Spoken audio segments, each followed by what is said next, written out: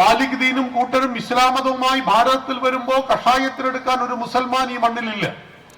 Saint തോമസും കൂട്ടരും ക്രിസ്തുമതമായി വന്നപ്പോൾ അവരെ സ്വീകരിച്ചവർക്ക് പള്ളി പണിതു കൊടുത്തത് നമ്മൾ ഹിന്ദുക്കളായിരുന്നു.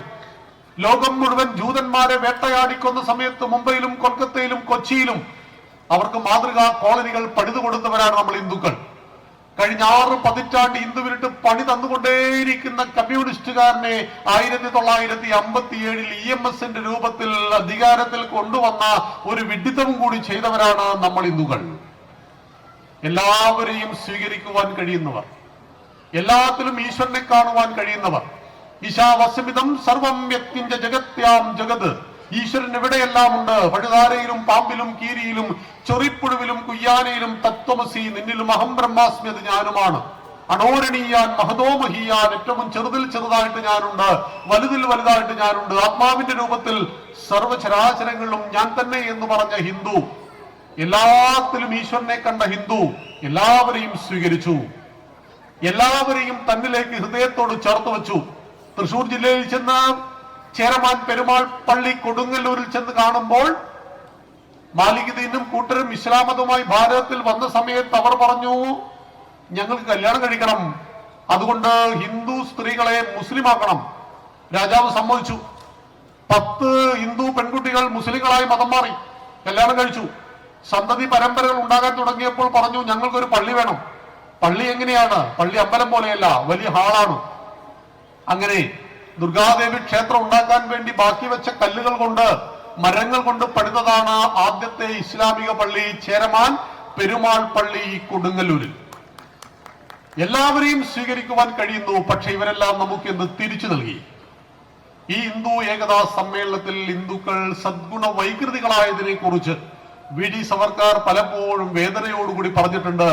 ഗുണമങ്ങനെ കൂടി കൂടി കൂടി സദ്ഗുണ വൈകൃതികളായി പോയി. വെള്ളിയാഴ്ച ജനിക്കുന്ന കുട്ടിയെ മുസ്ലിമായി പ്രഖ്യാപിച്ച രാജാക്കന്മാർ കേരളത്തിലുണ്ടായിരുന്നു. കടൽ കടക്കാൻ പാടില്ലെന്ന അന്ധവിശ്വാസം ഹിന്ദുവിനുള്ളത് കൊണ്ട് കടൽ കടക്കുവാൻ വേണ്ടി ഹിന്ദു ചെറുപ്പക്കാരെ മുസ്ലിമാക്കി പരിവർത്തനം ചെയ്ത ഒരു കാലഘട്ടം നമുക്കുണ്ടായിരുന്നു. വിവേകാനന്ദ സ്വാമികൾ കൊടുങ്ങല്ലൂരിൽ വന്നിറങ്ങി.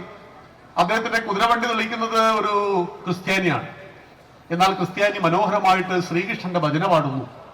ശ്രീകൃഷ്ണന്റെ ഭജന പാടുന്നത് കേട്ടപ്പോൾ സംശയം തോന്നിയ സ്വാമിജി അയാളോട് ചോദിച്ചു, അല്ലയോ പ്രിയപ്പെട്ട ക്രിസ്ത്യാനി, എങ്ങനെ പഠിച്ചു ശ്രീകൃഷ്ണന്റെ ഭജന? അപ്പോ അയാൾ പറഞ്ഞു, എന്റെ പൊന്നു സ്വാമി, ഞാൻ 2 കൊല്ലം മുമ്പ് ഒരു പുലയനായിരുന്നു. ഞാൻ തൊട്ടുകൂടാത്തവനും തീണ്ടിക്കൂടാത്തവനുമായിരുന്നു. ദൃഷ്ടിയിൽപ്പെട്ടാലും ദോഷമുള്ളവനായിരുന്നു. ഞാൻ മതം മാറി ക്രിസ്ത്യാനിയായപ്പോൾ എന്നെ ആ നമ്പൂതിരി ആ വീട്ടിലെ കാര്യസ്ഥനാക്കി. അതുകൊണ്ടാണ് അങ്ങേ കൂട്ടാൻ വേണ്ടിയിട്ട് ഞാൻ കുതിരവണ്ടിയുമായിട്ട് വന്നിരിക്കുന്നത്. പുലയനും പറയനും നായനും നമ്പൂതിരിയുമായിട്ട് നമ്മൾ തമ്മിലടിച്ച് തൊട്ടുകൂടായ്മയും തീണ്ടിക്കൂടായ്മയും ദൃഷ്ടിയിൽപ്പെട്ടാലും ദോഷമുള്ള അവസ്ഥയിലൂടെ ഹിന്ദു സമൂഹം കടന്നു പോയിട്ടുണ്ട്. എല്ലാവരും എല്ലാവരെയും പീഡിപ്പിച്ചിട്ടുണ്ട്. എന്നാൽ അന്ന് അമേരിക്കയിൽ അടിമ കച്ചവടം ഉണ്ടായിരുന്നു, അന്ന് അറേബ്യയിൽ അടിമ കച്ചവടം ഉണ്ടായിരുന്നു. അത് കമ്മ്യൂണിസ്റ്റുകാരും പറയില്ല, അത് സുൽപീലന്മാരും ശ്യാംകുമാരന്മാരും പറയില്ല.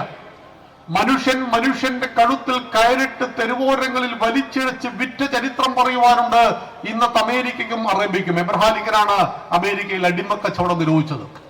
ഇവിടെ ജാതീയതയും തൊട്ടുകൂടായ്മയും തീണ്ടിക്കൂടായ്മ ഉണ്ടായിരുന്നു. അങ്ങനെ പാർശ്വവൽക്കരിക്കപ്പെടുന്ന നമ്മുടെ ഹൈന്ദവ സോദരങ്ങൾ മതപരിവർത്തനത്തിന് വിധേയമാകുവാൻ സാധ്യതയുണ്ടെന്ന് മനസ്സിലാക്കിയപ്പോഴാണ് അദ്ദേഹം മാരകമായ ഒരു വാക്ക് നമ്മുടെ കേരളത്തെ കുറിച്ച് പറഞ്ഞത്. കേരളം ഒരു ഭ്രാന്താലയമാണ് എന്ന്.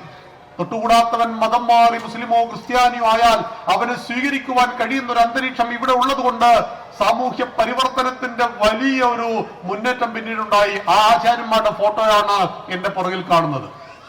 ശ്രീനാരായണ ഗുരുദേവൻ, ചട്ടമ്പി സ്വാമി തിരുവടികൾ, മഹാത്മാ അയ്യങ്കാളി, മന്നത്ത് പത്മനാഭൻ, TK മാധവൻ, പണ്ഡിറ്റ് കറുപ്പൻ ശങ്കർ, കുമാരനാശാൻ, സഹോദരനയ്യപ്പൻ, ഡോക്ടർ പൽപു, എണ്ണിയാലൊടുങ്ങാത്ത നേതാക്കന്മാരും നവോത്ഥാന നായകന്മാരും ആചാര്യന്മാരും വന്ന് നമ്മൾ ഹിന്ദുക്കളുടെ തൊട്ടുകൂടായ്മ തീണ്ടിക്കൂടായ്മ ഒക്കെ അങ്ങോട്ട് പരിഹരിച്ചു. പുലയനും പറയനും നായർക്കും നമ്പൂതിരിക്കും ശാന്തിക്കാരനാകുവാനും തന്ത്രവിദ്യ പഠിക്കുവാനുമുള്ള ആ മഹത്തായ കേന്ദ്രം നിങ്ങളുടെ ആലുവയിലാണെന്ന് പറയുവാൻ എനിക്ക് അഭിമാനമുണ്ട്. 5 പതിറ്റാണ്ടുകൾക്ക് മുമ്പ്, 54 വർഷങ്ങൾക്ക് മുമ്പ് സ്വർഗീയ മാധവജിയാൽ സ്ഥാപിതമായ ആലുവയിലെ തന്ത്രവിദ്യാപീഠത്തിന്റെ അധിപന്മാരെല്ലാം ഈ വേദിയിൽ ഒന്നിച്ചിരിക്കുകയാണ്. നമ്മൾ ഛിന്ന ഭിന്നമായി പോയൊരു കാലഘട്ടം ഉണ്ടായിരുന്നു അന്ന്.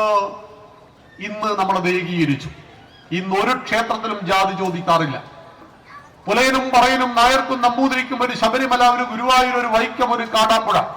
ഞങ്ങളുടെ നാട്ടിൽ ഒരു കുമാരസ്വാമി ഉണ്ട്, പുലയ സമൂഹത്തിൽപ്പെട്ട ആളാണ്. ഗുരുസ്വാമിയാണ് കുമാരസ്വാമി. ശബരിമല തീർത്ഥാടന സമയമാകുമ്പോൾ ഗുരുസ്വാമിയായ കുമാരസ്വാമിയുടെ പാദങ്ങളിൽ വണങ്ങി മാല വാങ്ങുന്നവരാണ് അവിടുത്തെ നമ്പൂതിരിയും നായരും ഈഴവനും എല്ലാം തന്നെ. കുമാരസ്വാമിയുടെ ജാതി ഇന്ന് ഹിന്ദുക്കൾ ചിന്തിക്കാറില്ല. അന്ത്യജൻ അഗ്രജനിവിടെ വർഗം വർണ്ണം മരുതിവിടെ, സകലരും അമ്മയ്ക്കോമന മക്കൾ ബന്ധുക്കൾ നാം ഒന്നാണ്. ഹിന്ദുവിന്റെ അടിസ്ഥാന പ്രമാണമായ വേദത്തെ വ്യസിച്ചു, വിഭജിച്ചു. വേദവ്യാസൻ എന്ന പേര് അദ്ദേഹത്തിന് ലഭിച്ചു. കൃഷ്ണദ്വൈപായനൻ സത്യവതി എന്ന മുക്കുവസ്ത്രീയുടെ മകനായിരുന്നു. കൃഷ്ണദ്വൈപായനൻ, കൃഷ്ണൻ കറുത്തവൻ, ദ്വൈപായനൻ ദ്വീപിൽ ജനിച്ചവൻ.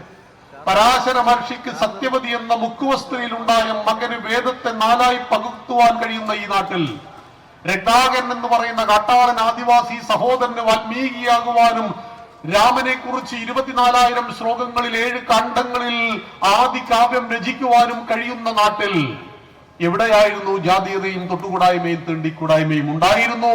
ഒരു 1000 വർഷത്തെ 500 വർഷത്തിനിടയിൽ ഇതൊക്കെ വന്നിരുന്നു. ഹിന്ദുക്കളായിട്ട് ഇത് പരിഹരിച്ചു.